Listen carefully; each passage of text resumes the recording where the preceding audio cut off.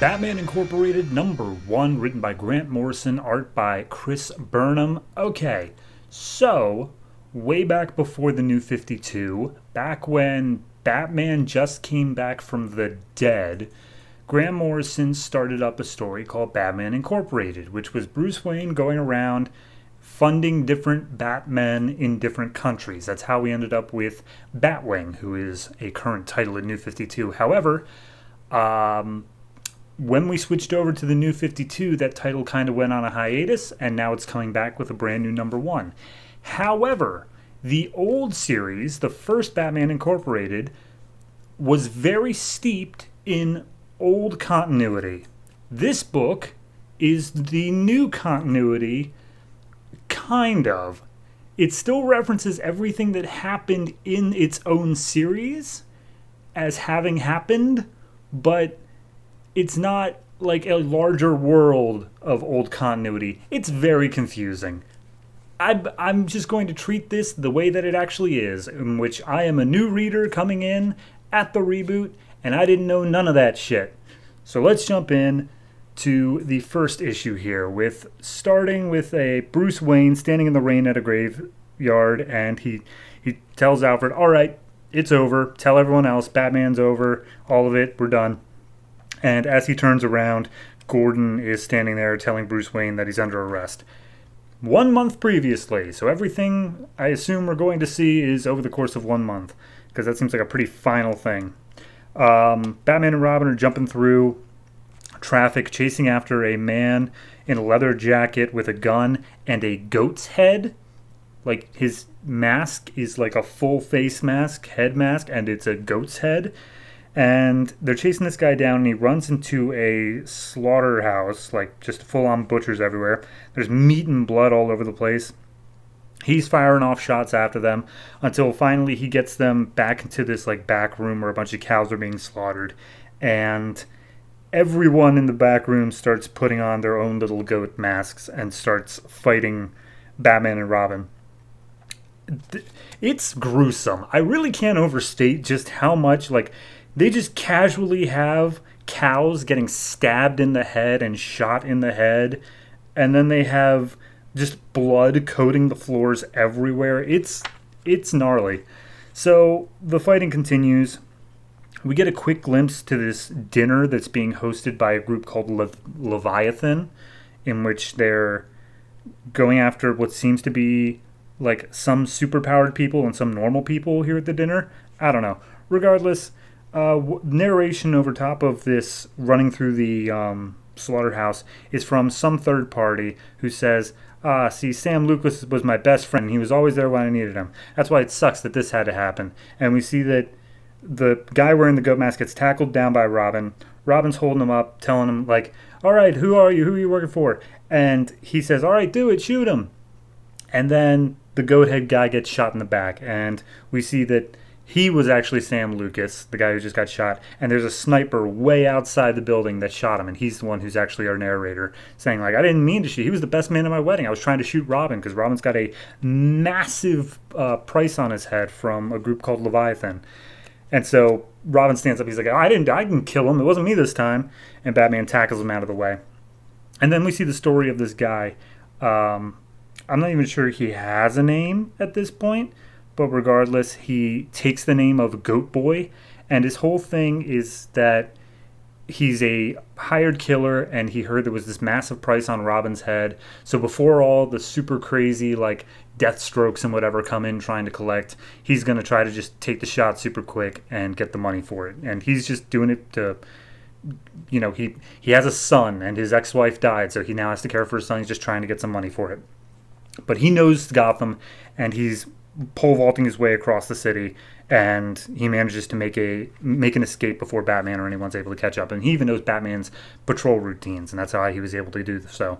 So we cut back to the slaughterhouse, and the owner walks in, and he's like, oh my god, this is so crazy. I didn't know about any of this. Anyway, we have to keep on killing these cows because, you know, time is money. And Robin stops him from killing, like, the last cow that's left alive, and he's like, that's evidence. We're taking that one. You're not going to lay a finger on him. Batman's like, yeah, what he said.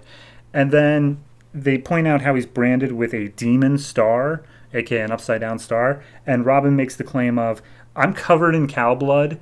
This cow is like, we're not going to let this cow die. I'm now a vegetarian, and this is Bat Cow. And that's all we see Bat Cow for a while. So then we cut back to the Leviathan dinner, and we see this one guy who's part of, I guess, a group called the Brothers Grimm. He's running the west side of Gotham, and he's like, if you want in with the Brothers Grimm, Leviathan, it's going to cost you. And he's like, this person standing in for Leviathan, which just has this horrible grizzly skull mask, is just like, no, we own the west side. By the way, everyone else here at dinner had a nice steak. You just ate your brother, the other Brothers Grimm. Ha ha ha, so evil. And then he gets dragged away by some mutant man bats and dropped off of a building. Meanwhile, Batman and Robin are in the Batmobile just driving along.